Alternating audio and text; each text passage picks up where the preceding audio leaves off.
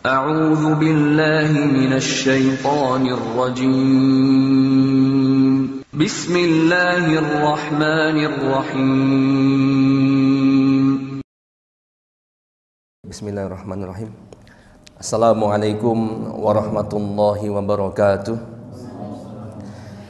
Innal hamdalillah nahmaduhu wa nasta'inuhu wa nastaghfiruh wa na'udzu billahi min syururi anfusina wa sayyiati a'malina may yahdihillahu fala mudilla lahu wa man yudlil fala hadiyalah.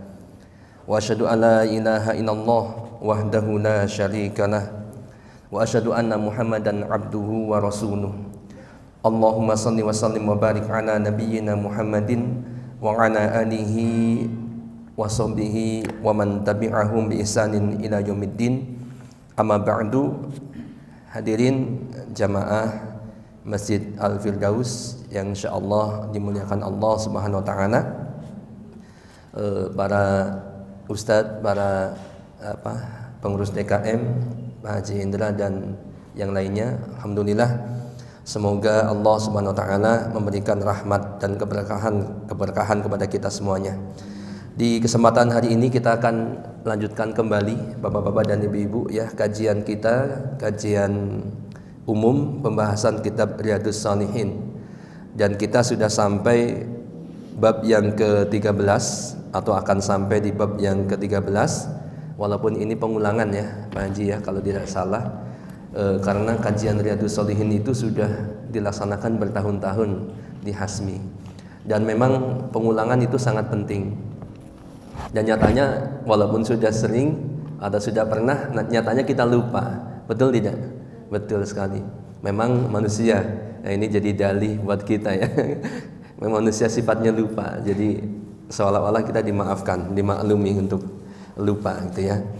Baik. Insya Allah kita akan mengambil banyak faidah ataupun ibrah dari pembahasan di bab yang ke-13 ini dengan judul bab bayani kasrati turuqil khair, atau bab bayan penjelasan banyaknya jalan menuju kebaikan, seperti tadi disampaikan oleh Ustadz Genji ya, dan juga dari broadcast yang sudah beredar. Baik, di bab ini Imam An-Nawawi rahimahullah, ini penyusun kitab Riyadhus Shalihin ya, beliau menukilkan ataupun membubuhkan 4 ayat Al-Quran ya, dan di bab ini cukup banyak hadisnya, ada 22 hadis ya, saya sempat menghitungnya satu persatu di bab ini gitu ya. Baik, banyak jalan menuju kebaikan ya, memang demikian di sini ya. Di buku ini ada tadi disebutkan 4 ayat Al-Quran. Yang pertama adalah surat Al-Baqarah 215 ya. Kita akan bacakan di surat Al-Baqarah 215. Allah berfirman di penggalan ini penggalan surat ya, tidak lengkap satu surat. A'udzu billahi minasyaitonir rajim. Wa ma taf'alu min khairin fa innallaha bihi alim. Dan apa saja kebaikan yang kamu buat, maka sesungguhnya Allah Maha mengetahuinya. Yang pertama. Kemudian yang kedua, surat Al-Baqarah 197 ya, hampir sama maknanya. Wa ma taf'alu min khairin ya'lamuhullah ya. Dan apa saja dan apa yang kamu kerjakan berupa kebaikan, ya'lamuhullah, maka Allah mengetahuinya. Gitu ya. Kemudian surat Az-Zalzalah ayat yang ke-7. Faman ya'mal mithqala dzarratin khairan yarah.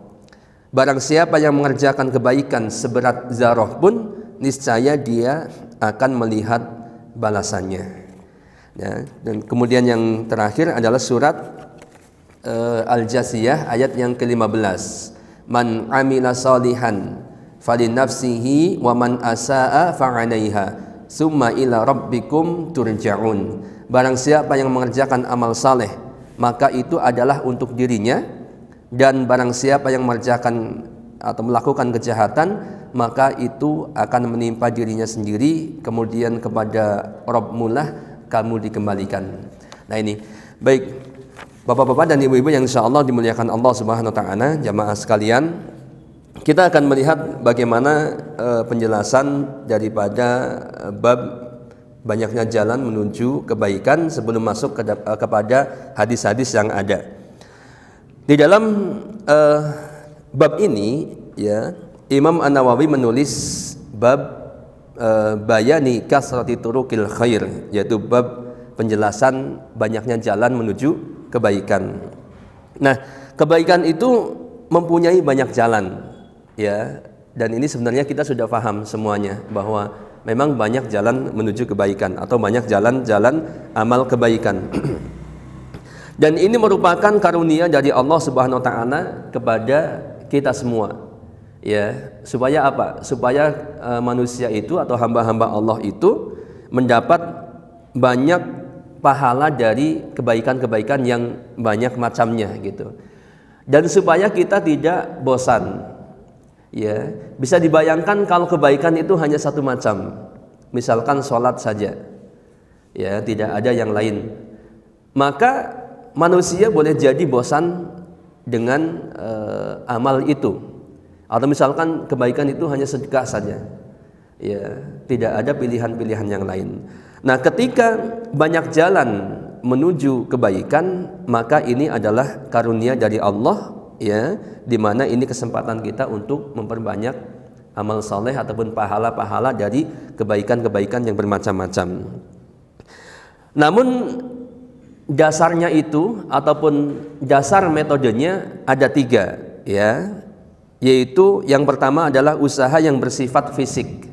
Jadi usaha ataupun amal kebaikan yang bersifat fisik, yang dikerjakan dengan fisik kita, anggota badan kita. Yang kedua yaitu usaha ataupun amal berupa menafkahkan harta, ya.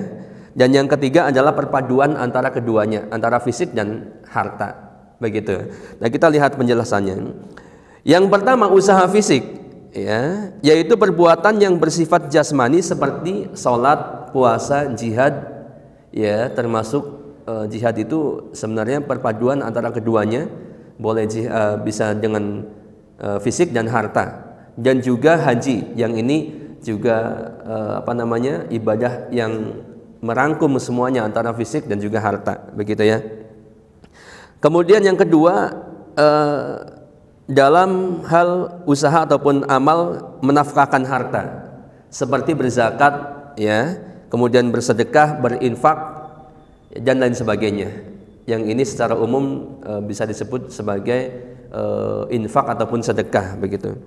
Nah, ini yang berkaitan dengan harta. Dan yang ketiga adalah perpaduan antara keduanya, fisik dan harta, ya, seperti jihad di jalan Allah dengan senjata ataupun ibadah haji, umroh, begitu ya.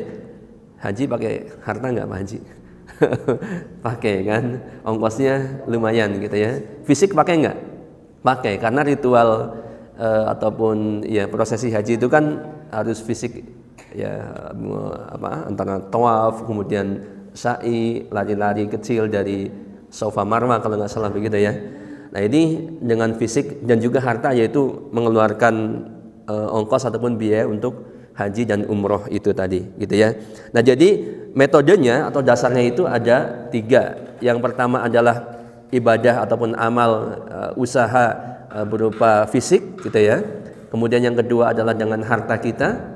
Yang ketiga adalah perpaduan antara fisik dan harta. Nah, ini dari sini ini banyak sekali cabang-cabang kebaikan. Banyak sekali jalan menuju kebaikan atau amal-amal soleh yang bisa kita kerjakan.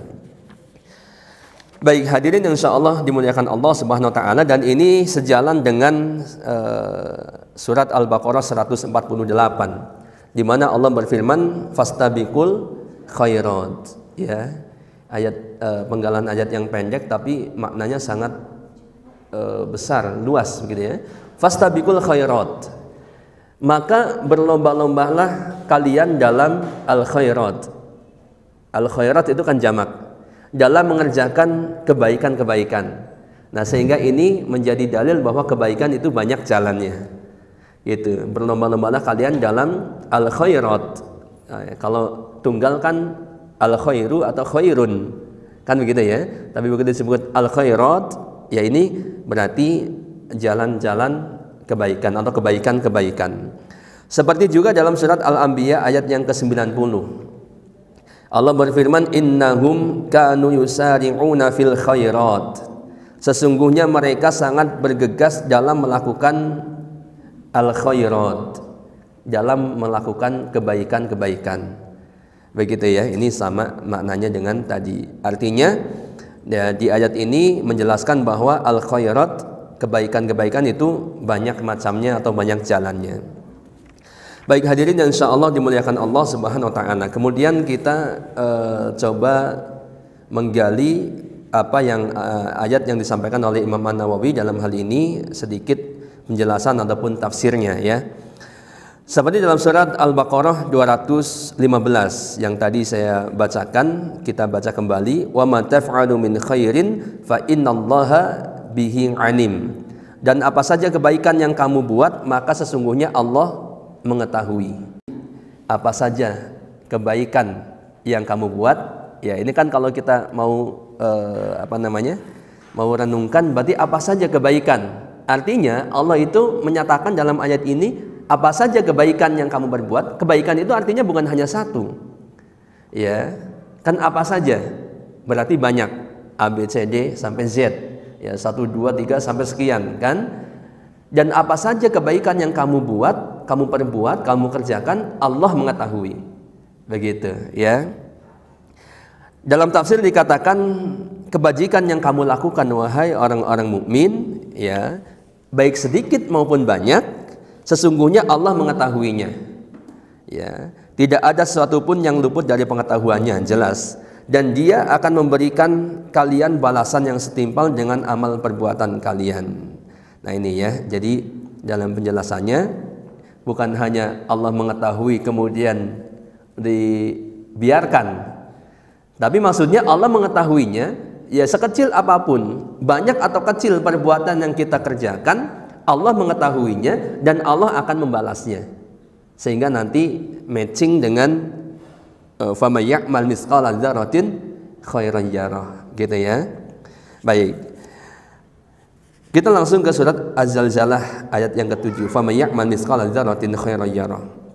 Barang siapa yang mengerjakan kebaikan seberat zarah pun, niscaya dia akan melihat balasannya. Kalau zarah, ya istilah dulu waktu saya kecil sering diartikan sebesar atom, ya, biji atom. Tapi konon katanya zarah itu, ya, yang jelas maksudnya adalah satu materi yang paling kecil gitu. Ya, mungkin kalau boleh disebut atom ya, mungkin itu. Tapi konon katanya zarah itu semut kecil, semut merah yang kecil kalau menurut orang Arab dulu katanya ya. Tapi wallahu alam, yang jelas maksudnya adalah sekecil apapun perbuatan itu, perbuatan baik, maka niscaya kita akan melihat balasannya. Begitu ya. Nah, saya bacakan sebuah tafsir dari tafsir Al-Manjis. Ya, di sini dikatakan pada hari itu manusia keluar dari kuburnya menuju tempat penghitungan amal secara terpisah untuk diperlihatkan oleh Allah kepada mereka balasan perbuatan mereka, yaitu surga ataupun neraka. Jadi barang siapa yang melakukan suatu kebaikan di dunia seberat zarah, seberat semut kecil, maka dia akan mengetahui balasannya di akhirat, ya. Kemudian Imam Al-Bukhari dan Imam Muslim mengatakan dari Abu Hurairah bahwa sesungguhnya Rasulullah SAW menamai ayat ini sebagai ayat yang sangat dahsyat secara keseluruhan. Ya, ini sangat dahsyat secara keseluruhan. Ya. Artinya yang dimaksud bahwa kita akan melihat atau manusia akan melihat balasannya itu adalah di akhirat, gitu ya. Kalau di dunia mungkin nggak kelihatan, atau boleh jadi mungkin dibalas langsung. Ya, siapa yang beramal berinfak dia akan dibalas, gitu kan. Katakanlah dengan yang lebih baik, mungkin kalau kita gemar berinfak, bersedekah, maka kemudian rezeki kita lancar, usaha kita lancar, proyek kita lancar, gitu kan, dan sebagainya. Kalau tidak kelihatan di dunia pun di akhirat, kalau di akhirat pasti, karena Allah tidak akan menzalimi hamba-hambanya. Tidak mungkin suatu amal besar ataupun kecil, apalagi besar, kecuali pasti akan dibalas.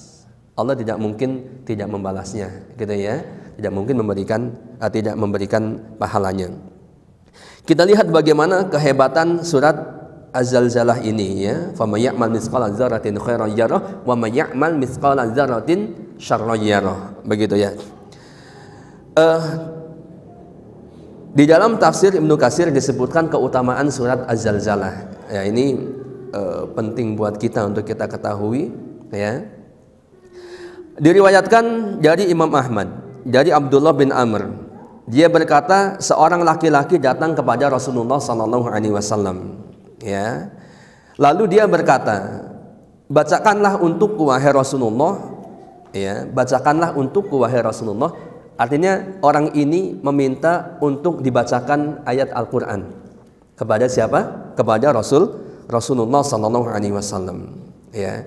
Kemudian beliau bersabda kepada orang itu, bacalah 3 kali dari surat-surat yang diawali dengan alif lam mim. Suruh dibaca 3 kali. Alif lam mim. Alif lam mim surat apa saja? Yang paling kita ingat adalah Al-Baqarah, yang pertama alif lam mim dzalikal kitabul la raiba fihi hudal lil muttaqin. Yang kedua surat Ali Imran juga sama, alif lam mim, ya, Allahu la ilaha illa huwal hayyul qayyum nazala alaikal kitab bil haq, dan seterusnya, gitu ya, kalau tidak salah.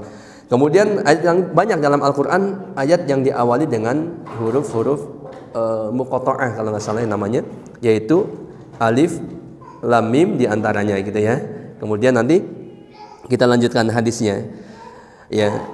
Rasulullah mengatakan bacalah 3 kali surat-surat yang diawali dengan alif lam mim, ya. Apa jawab orang ini?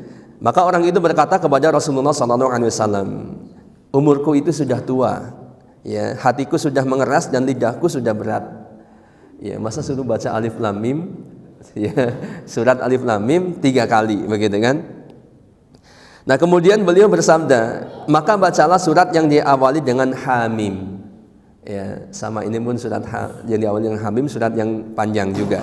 Maka laki-laki itu kembali menyampaikan seperti argumen yang pertama tadi, ya Rasulullah, umurku sudah tua, hatiku sudah mengeras dan lidahku sudah kaku, gitu ya. Susah untuk baca yang panjang-panjang begitu. Nah, kemudian beliau sallallahu alaihi wasallam kembali menyampaikan, ya, bersabda kepada orang itu, bacalah 3 kali dari surat-surat yang mengandung tasbih. Pun sama, ya, orang itu kembali mengatakan demikian, gitu ya, beralasan dengan alasan yang pertama. Nah, kemudian laki-laki itu berkata, akan tetapi wahai Rasulullah, bacakanlah untukku 1 surat yang menyeluruh. Ya, tadi di tafsir Al-Wajiz dikatakan bahwa ayat ini adalah ayat yang sangat dahsyat secara keseluruhan. Laki-laki ini pun dalam hadis ini mengatakan, akan tetapi wahai Rasulullah, bacakanlah untukku 1 surat yang sangat menyeluruh, yang mencakup semuanya, menyeluruh. Maka beliau kemudian membacakan surat Az-Zalzalah untuknya, ya, surat Az-Zalzalah untuknya. Nah, setelah Nabi SAW selesai membacakannya, laki-laki itu pun berkata, demi Allah atau demi Zat yang mengutusmu sebagai Nabi, ya, demi Zat yang mengutusmu sebagai Nabi dengan membawa kebenaran, aku tidak akan menambahkan atasnya selama-lamanya. Artinya surat yang dibacakan Rasulullah kepada orang itu, dia mengatakan ini cukup, saya nggak akan menambahkan surat yang lain selama-lamanya. Ya, kemudian laki-laki itu pun pergi, lalu Rasulullah SAW mengatakan, aflaha arwaijilu, aflaha arwaijilu.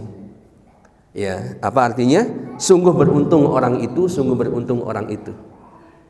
Ya, kenapa begitu? Ya, kalau kita renungi surat Az-Zalzalah itu, di 2 ayat yang terakhir saja, kalau kita pegang itu benar-benar, pasti kita akan menjadi orang yang paling beruntung. Kenapa? Sebab faman ya'mal mithqala dzarratin khairan yarah. Kalau antum pegang itu, ya, dan Allah beri hidayah kepada kita untuk mengamalkan ini, niscaya amalan yang kecil pun akan kita kerjakan. Kan begitu ya? Amalan yang kecil dan Allah akan berikan balasan. Artinya kita tidak mungkin menyia-nyiakan amal-amal soleh walaupun kecil. Kenapa? Karena kita tahu faman ya'mal mithqala dzarratin khairan yarah. Ya. Maka barang siapa yang mengerjakan amal seberat zarah pun pasti dia akan melihat balasannya. Apa terus kemudian kalau kita ingat ini kita mau tinggalkan itu? Kan nggak mungkin. Ya, salat tahiyatul masjid, salat duha misalkan. Kalau kita anggap salat itu, ya ini termasuk besar sebenarnya. Katakanlah yang lebih kecil daripada itu, sekedar membantu ya saudaranya atau tetangga yang akan menaikkan barang ke kendaraannya, ya kebetulan mau berangkat atau mau kemana gitu ya, ada barang-barang yang mau dimasukin mobil, antum terkepo-kepo, saya bantuin masukin ke mobil atau diangkat ke atas motornya, maka yang kecil itu Allah akan berikan balasannya, antum akan melihat balasannya. Kalau antum ingat ayat ini, nggak mungkin antum akan meninggalkan kesempatan itu, kan begitu ya. Kalau sudah begitu, maka amal-amal yang besar pun pasti antum akan ingat bahwa pasti akan dibalas, sehingga cukuplah ini menjadi pegangan untuk ini. Maka orang itu kemudian merasa cukup, ya bukan berarti realitanya pasti bukan berarti orang itu nggak membaca ayat yang lain, enggak. Ya, artinya dia itu merasa cukup dengan pegangan itu, ya. Dan Rasulullah mengatakan orang itu beruntung. Ya, sungguh beruntung orang itu, sungguh beruntung orang itu. Nah, ini hadirin jamaah yang insyaallah dimuliakan Allah Subhanahu wa taala, ya. Kemudian kita masuk ke pembahasan hadisnya, ya. Di hadis yang pertama di bab ini atau di sini dikatakan hadis yang ke-114. Ini baru bab yang ke-13 saja hadisnya sudah 114. Berapa hadis yang sudah kita hafal dari kitab Riyadhus Shalihin? Masya Allah, ya. Mudah-mudahan Allah memaafkan kita semuanya. Sebab kadang kita melalaikan kesempatan yang banyak sekali, ya. Terlalu banyak godaan di HP, tapi baca Quran, baca hadis jarang sekali. Makanya kita harus banyak bersyukur, ya, kepada panitia itu yang telah menyelenggarakan kajian-kajian. Sebab kalau kita nggak dipaksa untuk kajian, ya mungkin selama-lamanya kita nggak akan datang ke masjid untuk ngaji. Ya, hanya baca di HP. Kalau materi kadang-kadang lewat. Kalau materi misalkan materi pembahasan hadis atau Quran, ya biasanya lewat. Yang dibaca itu yang update biasanya. Itu pun yang sedikit-sedikit, yang singkat-singkat. Kalau udah panjang itu malas gitu. Nah, di zaman sekarang ini godaan kita terlalu banyak kita, sehingga Al-Quran kadang lupa, apalagi hadis gitu. Kalau nggak dipaksa ngaji, nggak dengar dan nggak baca gitu.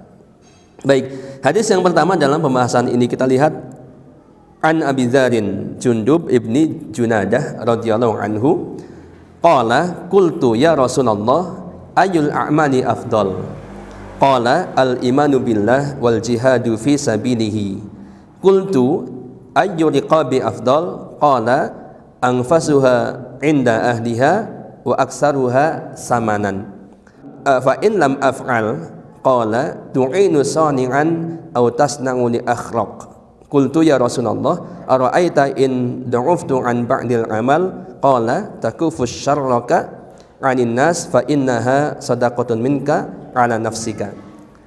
Baik, pada nggak punya bukunya ya? Kalau diadakan bagus nih Pak Haji, buku kan ada matannya ya. Kalau ini kan ada penjelasannya tebel-tebel. Kalau yang matannya bahkan ada yang kecilnya, versi kecilnya gitu ya. Cuman dia agak tebal kalau kecil.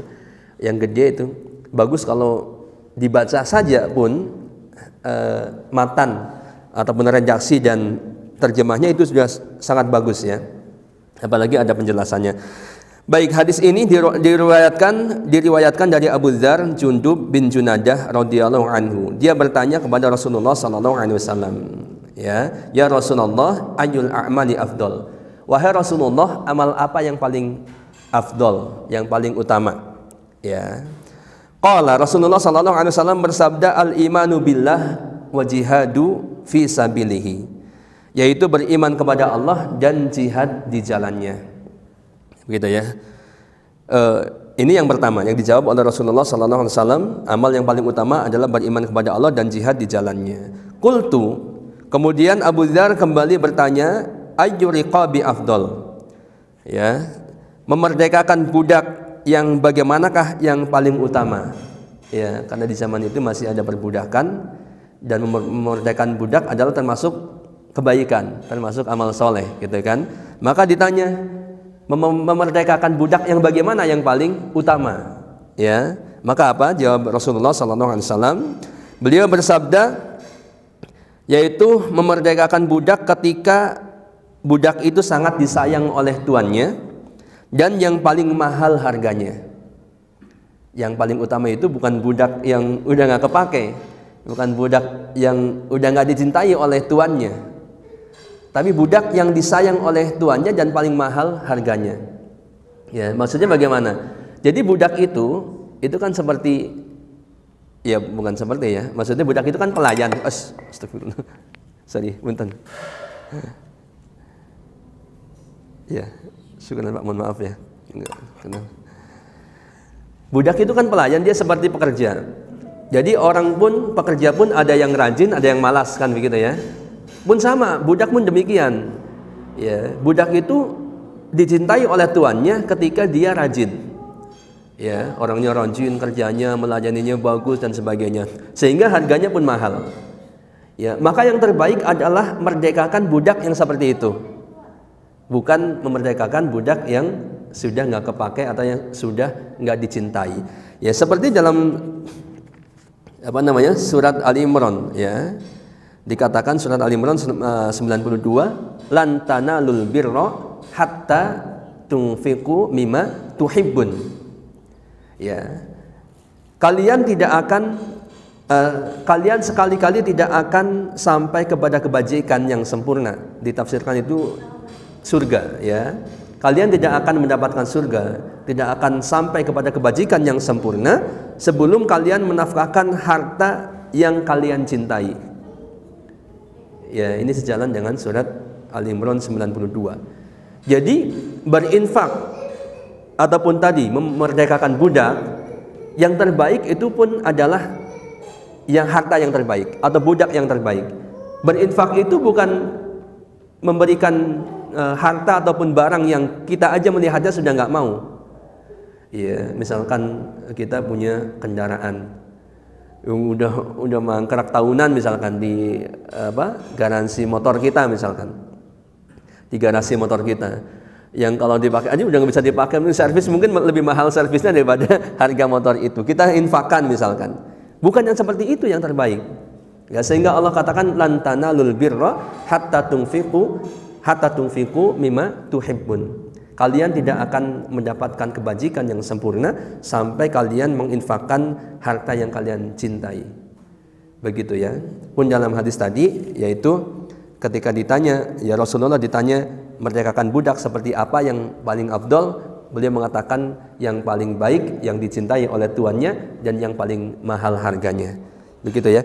Kemudian Abu Dzar, ini saking semangatnya beliau ya untuk melakukan kebaikan-kebaikan, kembali bertanya, fa in lam af'al, ya Rasulullah, bagaimana kalau saya tidak sanggup mengerjakannya? Ya, saya tidak punya budak misalkan, atau saya tidak mampu untuk memerdekakan budak yang terbaik. Katakanlah budak satu-satunya misalkan, saya nggak sanggup.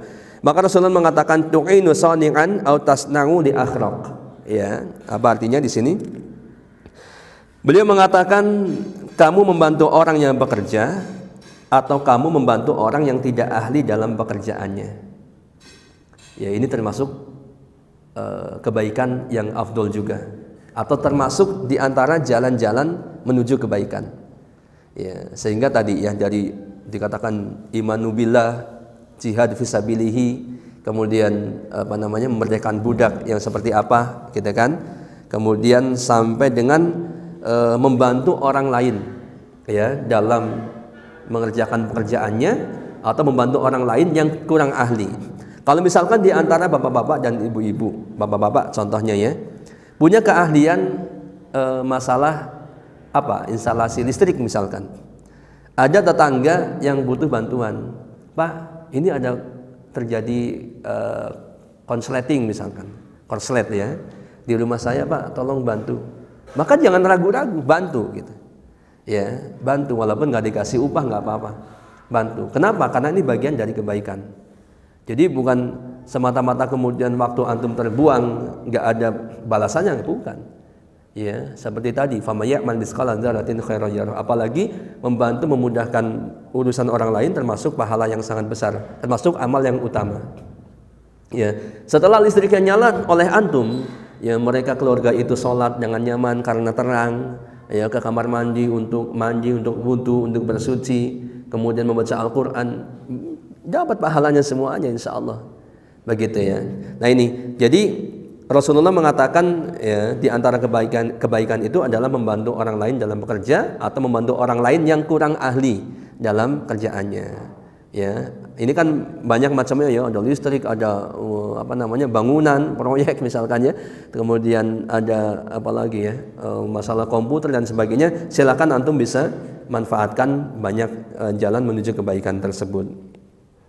Kemudian Abu Dzar kembali bertanya, "Wahai Rasulullah, bagaimana jika saya tidak mampu untuk melakukan sebagian pekerjaan itu?" Ya, masih nanya nih, "Ya Rasulullah, kalau saya juga nggak mampu, nggak ahli apa-apa nih," misalkan ya. Maka beliau menjawab yang paling terakhir, paling rendah ya, di dalam hadis ini dikatakan, "Janganlah kamu berbuat kejahatan kepada sesama manusia, karena sesungguhnya yang demikian itu termasuk sedekah untuk dirimu." Cukup kalau ente nggak bisa ngapa-ngapain gitu kan, cukup ente nggak usah ganggu orang lain. Itu termasuk sedekah untuk dirimu. Ya, berarti banyak sekali jalan menuju kebaikan. Ya, kan ada orang yang memang nggak pengalaman apa-apa, bisanya apa saya gitu kan. Ya, walaupun pasti setiap manusia sebenarnya punya kelebihan. Ya, punya kelebihan walaupun banyak kekurangan. Tapi cukup kita tidak mengganggu orang lain, ini sedekah buat kita, sedekah buat kita sendiri. Nah, ini hadis yang pertama ya, kurang lebihnya penjelasannya demikian. Kemudian masuk hadis yang kedua. Nanti kita akan tentunya tidak semua hadis disampaikan, 22 hadis. Nanti kita nggak selesai sampai sore gitu kan. Baik, hadis yang kedua kita lihat an Abi Dzarin aidon. Dari Abu Dzar aidon itu lagi ya, dari Abu Dzar lagi atau dari Abu Dzar juga. Ya, radhiyallahu anhu anna Nabiyya sallallahu alaihi wasallam qala yusbihu ala kulli sulama min ahadikum shadaqah. Yusbihu ala kulli sulama min ahadikum shadaqah. Hadis ini sering kita dengar ya. Fa kullu tasbihatin shadaqah wa kullu tahmidatin shadaqah wa kullu tahlilatin shadaqah wa kullu takbiratin shadaqah wa amrun bil ma'rufi shadaqah wa nahyun 'anil munkari shadaqah wa yujzi min dzalika rak'atani yarka'uhuma minad duha. Ini hadis tentang salat duha. Dari Abu Dzar radhiyallahu anhu bahwasanya Rasulullah sallallahu alaihi wasallam bersabda, "Setiap ruas tulang kalian terdapat sedekah." Setiap ruas tulang kita manusia terdapat sedekah. Kemudian setiap ucapan tasbih subhanallah adalah sedekah ya. Tasbih subhanallah sedekah. Setiap ucapan tahmid alhamdulillah adalah sedekah. Setiap ucapan tahlil la ilaha illallah juga adalah sedekah. Setiap ucapan takbir Allahu akbar adalah sedekah. Memerintahkan kepada kebaikan atau yang ma'ruf adalah sedekah. Mencegah perkara yang mungkar atau yang dibenci juga adalah sedekah. Dan 2 rakaat yang dikerjakan seorang dalam sholat duha ini mencakup semuanya, telah mencakup semuanya. Nah ini yang rajin sholat duha ini berarti alhamdulillah ya, masya Allah gitu kan. Baik, kita sedikit merenungkan, mengambil pelajaran dari hadis ini bahwa setiap ruas tulang manusia ini terdapat sedekah ataupun punya kewajiban untuk disedekahi atau ada peluang untuk bersedekah gitu ya, mendapatkan sedekah dari ruas tulang-tulang itu. Dikatakan ruas tulang atau manusia itu ada 360-an ya. Kalau kita mau hitung begini, tangan aja kan ruas-ruas gini ya tulang. Ruas-ruas jari kita aja sudah ada berapa nih, kalau ini 1 2 3 kali 5 15 satu tangan, kalau 2 30 gitu ya. Kalau dihitung semuanya kurang lebihnya 360. Dan itu punya hak untuk disedekahkan. Gitu, maka kemudian Rasulullah sallallahu alaihi wasallam mengatakan ya kullu tasbihatin sedekah. Setiap tasbih sedekah. Ya, kemudian wa kullu tahmidatin sedekah. Setiap tahmid ucapan alhamdulillah sedekah. Kemudian tahlil la ilaha illallah sedekah, takbir pun demikian sedekah. Dan 2 rakaat salat duha itu sudah mencakup keseluruhannya. Dan begitu ya. Ini artinya apa? Jadi hadis ini pun kenapa dimasukkan ke dalam pembahasan banyak jalan menuju kebaikan? Ya, karena disebutkan tasbih sedekah. Jadi tasbih itu pun kebaikan. Ya, tahmid sedekah. Kemudian tahlil, takbir, bahkan salat duha. Ya, termasuk salat duha ini pun jalan menuju kebaikan. Ya, dan di sini kita diingatkan kembali kan. Barangkali kita selama ini suka lupa. Ya, suka lupa apa? Lupa untuk berzikir. Ya, sambil jalan sekedar untuk mengucapkan subhanallah, padahal itu sedekah. Yaitu ada pahalanya. Tapi kita lupa. Kan begitu. Betul enggak? Ya, kemudian hanya sekedar mengucapkan la ilaha illallah padahal enteng, ya ringan, ini sedekah. Makanya ada hadis yang lain yang mengatakan kalimatani. Ada 2 kalimat yang ringan diucapkan oleh lisan, berat di timbangan Ar-Rahman, berat dalam timbangan Allah pada hari kiamat nanti. Ya, ucapan apa itu? Subhanallah wa bihamdi. Ya, artinya tasbih dan tahmid. Subhanallah, maha Allah, wa bihamdi, dan segala puji baginya. Gitu kan? Atau seperti subhanallah, alhamdulillah. Sama begitu. Masing-masing itu ada kebaikannya. Tapi kita sering lupa, dan syaitan memang sering mengecohkan kita agar kita tidak mengingat Allah Subhanahu wa taala. Baik, ini ringkasnya demikian pembahasan atau penjelasan dari hadis yang kedua dalam bab ini, ya. Baik. Kemudian hadis yang ketiga kita lihat an Abi Dzarin, masih dari Abu Dzar radhiyallahu anhu, qala Nabi sallallahu alaihi wasallam, uridat alayya a'malu ummati hasanuha wa sayyi'uha. Fawajadu fi mahasini a'maliha al-adha yumatu 'anit tariq, wajadu fi masawi a'maliha an-nukha'ata takunu fil masjidi la tudfan. Ya. Dari Abu Dzar radhiyallahu anhu, masih dari beliau radhiyallahu anhu, Nabi sallallahu alaihi wasallam bersabda, diperlihatkan kepadaku amal-amal perbuatan umatku. Ya, ini berarti telah sampai maksudnya ya kepada Rasulullah sallallahu alaihi wasallam kabar dari Allah Subhanahu wa taala tentang perbuatan-perbuatan umat Rasulullah sallallahu alaihi wasallam. Maka beliau mengatakan perbuatan dari umatku, maksudnya yang baik maupun yang buruk, ya. Dan beliau mengatakan famajadu fi mahasini a'maliha al-adha yumatu 'anit tariq. Dan aku mendapatkan dalam kelompok amal perbuatan yang baik, yaitu al-adha yumatu 'anit tariq, yaitu menyingkirkan gangguan dari jalan. Ini beliau mengatakan di antara kelompok perbuatan baik, perbuatan yang baik adalah menyingkirkan gangguan dari jalan. Gitu ya. Beliau melanjutkan wa wajadtu fi masawi a'maliha an-nukha'ata takunu fil masjidi la tudfan. Dan aku dapatkan atau aku mendapatkan dalam kelompok amal perbuatan yang jelek, di antaranya adalah ada ingus yang dibiarkan di masjid tanpa ditutupi ataupun dibuang. Di zaman waktu itu masjid itu ya tidak seperti sekarang, ya.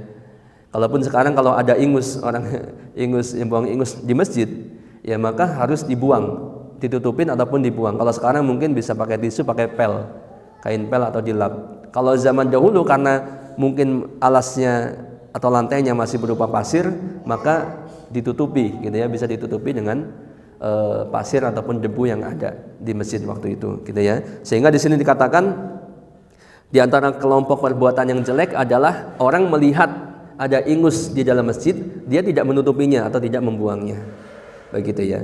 Baik. Nah, di hadis ini berarti imatatul adha 'anit tariq atau al adha yamatu 'anit tariq ini menyingkirkan duri atau gangguan dari jalan, ini termasuk kebaikan.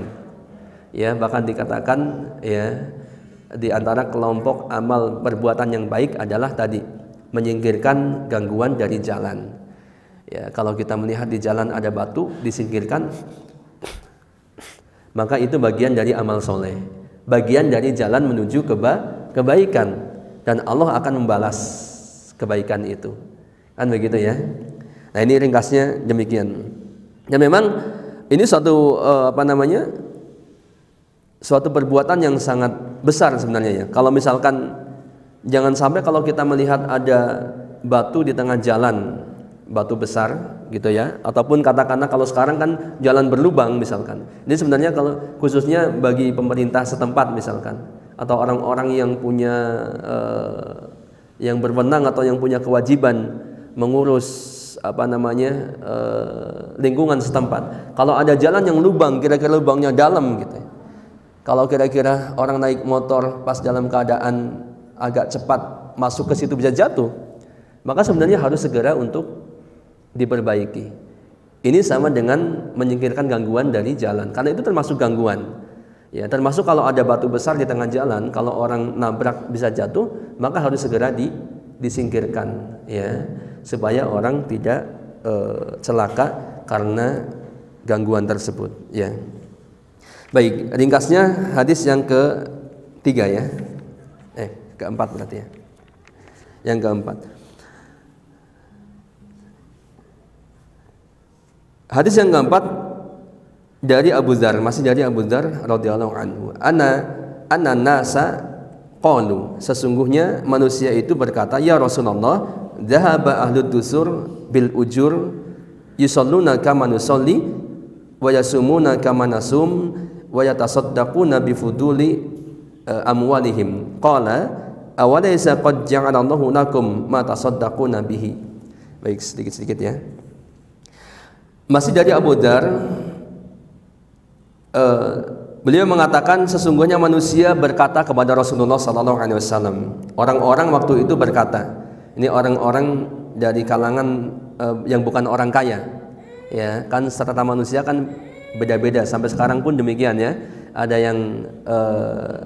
yang kaya, ada yang kurang kaya atau orang miskin misalkan begitu ya.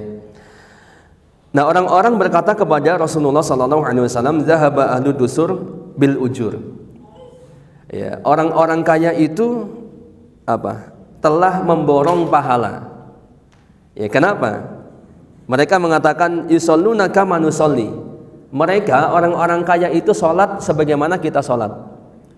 Jadi kalau orang miskin sholat, orang kaya pun sholat, begitu nggak? Ya. Kemudian wayasumuna kama nasum, wayasumuna kama nasum. Ketika kita puasa, mereka pun puasa, atau mereka pun berpuasa seperti kita puasa. Ya. Nah, kemudian yang tidak bisa kita kerjakan, kata orang miskin itu adalah wa yatasaddaquna bi fuduli amwalihim. Dan mereka bisa bersedekah dengan harta, dengan kelebihan harta yang mereka miliki, sedangkan kita tidak bisa, orang-orang miskin itu gitu kan. Qala, kemudian Rasulullah SAW menjawab atau bersabda, awalaysa qad ja'alallahu lakum ma tasaddaquna bihi. Ya, bukanlah Allah telah menjadikan untuk kalian apa-apa yang bisa kalian bersedekah dengannya. Apa itu? Inna bikulli tasbihatin shadaqah. Sama seperti hadis yang tadi ya. Sesungguhnya setiap tasbih itu sedekah. Wa kulli takbiratin shadaqah. Dan setiap takbir sedekah. Wa kulli tahmidatin shadaqah, dan setiap tahmid pun adalah sedekah. Wa kulli tahlilatin shadaqah, dan setiap ucapan la ilaha illallah juga sedekah. Wa amrun bil ma'ruf shadaqah, mengajak kepada yang baik atau kepada kebajikan adalah sedekah. Wa nahyun an munkarin shadaqah, mencegah dari yang mungkar juga sedekah ya. Wa fi bud'i ahadikum shadaqah, dan termasuk mendatangi istri-istri kalian ya, ini adalah juga sedekah.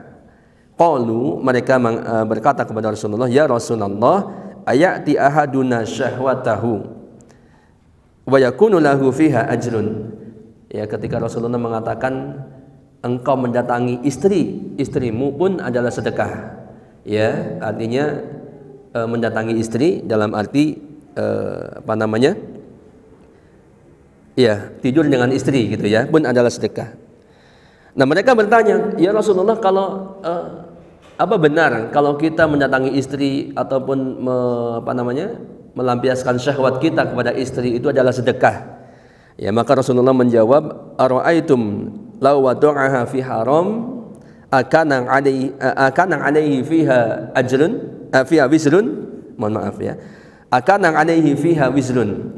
Ya, bagaimana menurut kalian, bukankah kalau kalian melakukannya kepada yang haram itu juga itu ada dosanya? Itu mendapatkan dosa, begitu kan? Fakadzalika idza wada'aha fil halal kana lahu ajrun. Pun demikian kalau engkau melampiaskannya di tempat yang halal, maka bagimu ada pahala. Begitu ya. Nah, ini dari hadis ini pun menunjukkan banyak jalan menuju kebaikan. Jadi dari kisah ataupun kejadian orang-orang miskin yang mengadu kepada Rasulullah SAW tentang orang-orang kaya yang banyak memborong pahala. Ya, mereka sholat seperti kita sholat, puasa seperti kita puasa, gitu ya. Tapi kita nggak bisa sedekah seperti mereka sedekah, gitu. Maka Rasulullah kemudian mengatakan tasbih adalah sedekah, kemudian tahmid sedekah, tahlil sedekah, kemudian takbir pun sedekah. Bahkan ketika kalian mendatangi istri-istri kalian, ini di sana ada sedekah, pahala sedekah, begitu ya. Nah, ini artinya banyak jalan menuju kebaikan, gitu. Baik, diringkas ya. Selanjutnya dari Abu Hurairah radhiyallahu anhu, ani Nabi sallallahu alaihi wasallam, dari Nabi sallallahu alaihi wasallam, man goda ilal masjidi aw raha a'adallahu lahu fil jannah nuzulan kullama goda aw raha. Barang siapa yang pergi ke masjid pada waktu pagi atau pada waktu petang hari, Allah akan menyediakan makanan dan rezeki untuknya di surga apabila dia pergi pada waktu pagi dan petang. Nah, ini dari penjelasan yang saya pahami di sini adalah, misalkan pergi di pagi hari ke masjid adalah dalam rangka misalkan sholat subuh gitu ya. Kalau di sore hari misalkan adalah dalam rangka sholat zuhur ataupun sholat asar. Ya, ataupun pergi dalam bukan untuk keperluan sholat. Misalkan di pagi hari atau di sore hari ada keperluan di masjid yang kaitannya dengan ibadah, misalkan mungkin ada pertemuan panitia DKM gitu kan, membahas program-program dan sebagainya. Ini termasuk di dalamnya. Ya, di mana Allah menjanjikan untuk mereka atau untuk orang yang melakukan ini yaitu nuzulan. Nuzulan itu suguhan untuk tamu. Ya. Jadi dijamu di dalam surga setiap kali mereka pergi pada waktu pagi ataupun petang hari. Gitu ya. Ini artinya juga adalah bahwa salah satu jalan kebaikan adalah memperbanyak pergi ke masjid. Termasuk kita kalau misalkan ini adalah pagi hari tadi kita datang, maka insya Allah termasuk bagian dari pengamalan hadis ini. Dan insya Allah Allah akan berikan pahalanya untuk kita semuanya. Baik, selanjutnya adalah dari Abu Hurairah radhiyallahu anhu, qala Rasulullah sallallahu alaihi wasallam, ya nisa al-muslimati la tahqiranna jaratun li jaratiha walau firsina syah.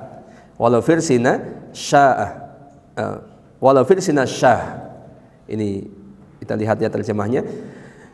Dari dari Abu Hurairah radhiyallahu anhu, dia berkata, Rasulullah sallallahu alaihi wasallam pernah bersabda, wahai wanita-wanita Islam, wahai kaum wanita Islam, ya, wahai perempuan gitu ya, janganlah kalian menghina pemberian tetangga kalian walaupun hanya berupa kuku kambing, walau firsinasyah, walau hanya berupa kuku kambing. Maksudnya walau hanya satu yang remeh gitu ya. Kalau di sini kuku kambing mungkin nggak kemakan ya Pak Haji. Misalkan kalau katakanlah tulang kambing, masakan dari tulang kambing, atau tulang kambing yang yang masih mentah, yang bisa dimasak maksudnya ya, bukan tulang kambing yang sampah, mungkin ada sedikit dagingnya bisa disop dan sebagainya gitu ya. Atau sesuatu yang sangat remeh gitu, dari itu sepotong roti kah, apakah gitu kan, atau mungkin hanya sekedar gorengan, pisang goreng dan sebagainya. Jangan kalian meremehkan kebaikan tetangga-tetangga kalian walaupun mereka hanya memberikan itu saja. Ya, artinya ini adalah termasuk, ini Rasulullah yang mengatakan demikian. Jangan diremehkan. Ini artinya adalah jalan, salah satu jalan menuju kebaikan. Ya, sehingga dalam bab ini dikatakan banyak jalan menuju kebaikan. Baik, kemudian sampai jam berapa biasanya?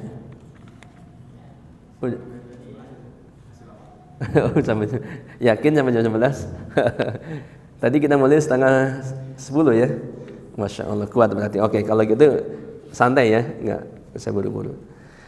Baik, Anda juga khawatir kalau soalnya pengalaman Anda kalau mendengarkan kajian setengah jam aja itu udah lama banget. Yang mendengar ya, kalau yang ngomong sih kadang orang cuma bacain doang gitu kan, mau setengah hari juga ayo gitu. Oke, makanya saya tanyakan, takutnya saya kebablasan ya, nanti diingatin aja. Baik, kemudian hadis yang ke 120 di ini ya, dari buku atau kitab Riyadhus Shalihin atau hadis yang kesekian tadi ya. Dari Abu Hurairah radhiyallahu anhu, anin Nabi sallallahu alaihi wasallam qala al-imanu bid'un wa sab'un aw bid'un wa sittuna syu'bah fa afdaluha qawlu la ilaha illallah wa adnaha imatatul adha 'anit tariq wal haya'u syu'batun minal iman. Dari Abu Hurairah radhiyallahu anhu, dari Nabi sallallahu alaihi wasallam, iman itu terdiri dari lebih dari 70 bagian. Ya, ini sering kita dengar di dalam buku tarbiyah kita ya. Iman itu lebih dari 70 cabang atau 70 bagian. Beliau mengatakan fa afdaluha qaulu la ilaha illallah. Dan yang paling utama adalah perkataan la ilaha illallah. Ya, yang dimaksud tentunya bukan hanya sekedar perkataan, tapi perkataan dengan semua kandungan-kandungannya, gitu kan? Qaulu la ilaha illallah wa adnaha imatatul adha 'anit tariq. Wa adnaha imatatul adha 'anit tariq. Dan yang paling rendah adalah menyingkirkan gangguan dari jalan. Wal haya'u syu'batun minal iman. Dan malu adalah bagian dari iman. Gitu ya. Ini menunjukkan juga bahwa iman itu bukan hanya sekedar ucapan ataupun keyakinan dalam hati. Iman itu qaulun wa amalun. Ya, qaulul qalbi, qaul lisan dan amal qalbi serta amal jawarih. Itu iman. Jadi kalau orang dikatakan beriman itu semua unsur itu harus ada. Baik perkataan qalbi yaitu ilmu, ya, dan juga perkataan lisan yaitu dia mengucapkan dia beriman atau dia bersyahadat misalkan, dan juga amal qalbi dan amal jawarih. Amal qalbi itu amal hati ya, seperti takut kepada Allah gitu kan, mengagungkan Allah ya, kemudian apalagi dan yang semisalnya. Kemudian juga amal jawarih termasuk dia mengerjakan dengan anggota badannya. Kalau dia mengaku beriman tapi tidak pernah beribadah, maka berarti gugur keimanannya, tidak sah atau tidak sempurna imannya. Jadi iman itu tidak cukup hanya mengucapkan dengan lisan ataupun hanya meyakini dalam hati saja. Nah, dalam hal ini, dalam pembahasan ini tentunya ya, di sini adalah termasuk amal-amal kebaikan atau jalan-jalan menuju kebaikan yang banyak. Seperti yang paling utama adalah kalimat la ilaha illallah. Ya, dari tadi sudah disebutkan tentang tahlil adalah sedekah. Kemudian disebutkan juga di sini wa adnaha, yang paling rendah adalah imatatul adza 'anit tariq, yaitu menyingkirkan gangguan dari jalan. Ini termasuk jalan kebaikan. Gitu ya. Wal haya'u syu'batun minal iman, termasuk malu pada tempatnya ya. Ini pun bagian dari kebaikan, jalan kebaikan. Ya, artinya jalan kebaikan itu sangat banyak begitu. Baik. Kemudian dua hadis lagi saja ya, dua hadis lagi. Hadis yang selanjutnya adalah hadisnya agak panjang, saya bacakan terjemahnya ya. Dari Abu Hurairah radhiyallahu anhu bahwa Rasulullah sallallahu alaihi wasallam bersabda, kali tertentu ada seorang laki-laki berjalan. Ya, ini satu kisah ya. Berjalan. Di tengah perjalanannya itu dia kehausan. Kemudian dia menemukan sebuah sumur, maka dia pun turun ke dalamnya dan meminumnya. Ya. Kemudian dia keluar. Dia keluar dari sumur itu. Tiba-tiba dia melihat seekor anjing yang menjilat-jilat tanah karena kehausan, ya. Lantas orang itu pun berkata, anjing ini benar-benar kehausan sebagaimana aku kehausan tadi. Begitu ya. Nah, kemudian dia turun lagi ke dalam sumur itu, ya, dan mengisi sepatunya dengan air sampai penuh. Kemudian dia menggigit sepatunya dan naik ke atas, lalu dia memberinya minum, memberi anjing itu minum, ya. Kemudian Allah memuji perbuatan orang itu karena menolong anjing dan Allah mengampuni dosanya. Para sahabat bertanya, wahai Rasulullah, apakah menolong binatang juga memperoleh pahala? Beliau menjawab, menolong setiap makhluk yang mempunyai limpa itu mendapatkan pahala. Menolong setiap makhluk yang bernyawa itu mendapatkan pahala. Baik, kita lihat kembali hadis ini ya. Jadi kurang lebih ceritanya begini, seorang laki-laki dalam perjalanan, dia kehausan. Ya, kemudian melihat sumur, maka dia masuk ke dalam sumur itu untuk ambil air dan minum. Nah, begitu dia naik atau keluar dari sumur itu, dia melihat ada anjing. Yang anjing itu, ya, menurut pandangan dia itu, anjing itu kehausan. Dan memang benar anjing itu kehausan, sangat kehausan, dan dia tidak mungkin masuk ke dalam sumur, ya, untuk minum, karena anjing kan nggak bisa. Kalau monyet bisa dia, ya, naik sumur begitu, turun sumur kemudian naik lagi. Nah, anjing itu kemudian orang itu turun lagi ke dalam sumur, mengambil air dengan sepatunya, ya, dan dikatakan sepatu itu digigit dengan mulutnya karena tangannya buat apa? Buat naik dari sumur itu. Ya, kemudian setelah sampai atas atau setelah keluar dari sumur, kemudian dia memberikan minum kepada anjing itu, dan Allah memuji perbuatan orang itu, ya, dan mengampuninya. Maka para sahabat kemudian, ya, setelah mendengar cerita ini, para sahabat bertanya kepada Rasulullah, wahai Rasulullah, apakah menolong binatang, ya, ini termasuk akan mendapat pahala, gitu kan? Maka Rasulullah mengatakan, menolong setiap makhluk yang mempunyai limpa, dia mendapatkan pahala. Ya, jadi kalau ada kucing kelaparan, kehausan, ya, ataupun ada burung kehausan, ada semuanya binatang apa saja, ya, yang kehausan atau yang perlu pertolongan kemudian kita tolong, maka di situ ada pahala, begitu ya. Jadi ini pun bagian dari jalan menuju kebaikan. Banyak sekali jalan menuju kebaikan, ya. Baik, ringkasnya yang terakhir hadis yang ke-122 di sini ya. Masih dari Abu Hurairah radhiyallahu anhu ani Nabi sallallahu alaihi wasallam, ya. Dari Abu Hurairah dari Nabi sallallahu alaihi wasallam, aku melihat ada seorang yang bersenang-senang dalam surga disebabkan dia memotong dahan yang berada di tengah jalan karena mengganggu kaum muslimin yang lewat. Ini hadis ini tadi, ya, sejalan dengan hadis yang sebelumnya yang disampaikan tentang kebaikan menyingkirkan duri, gangguan dari jalan.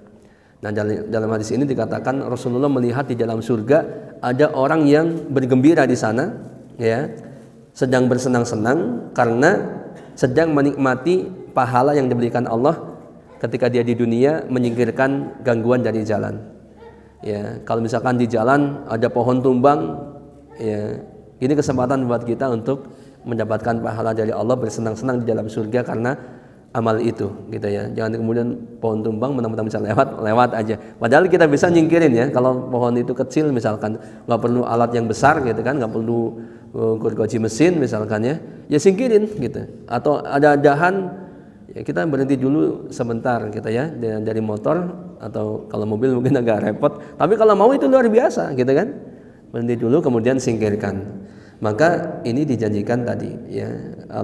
Rasulullah melihat orang yang bersenang-senang di dalam surga karena balasan dari dia menyingkirkan gangguan dari jalan. Atau dalam riwayat yang lain masih sama, ada seorang yang berjalan dan dia terganggu sebuah dahan yang menghalanginya.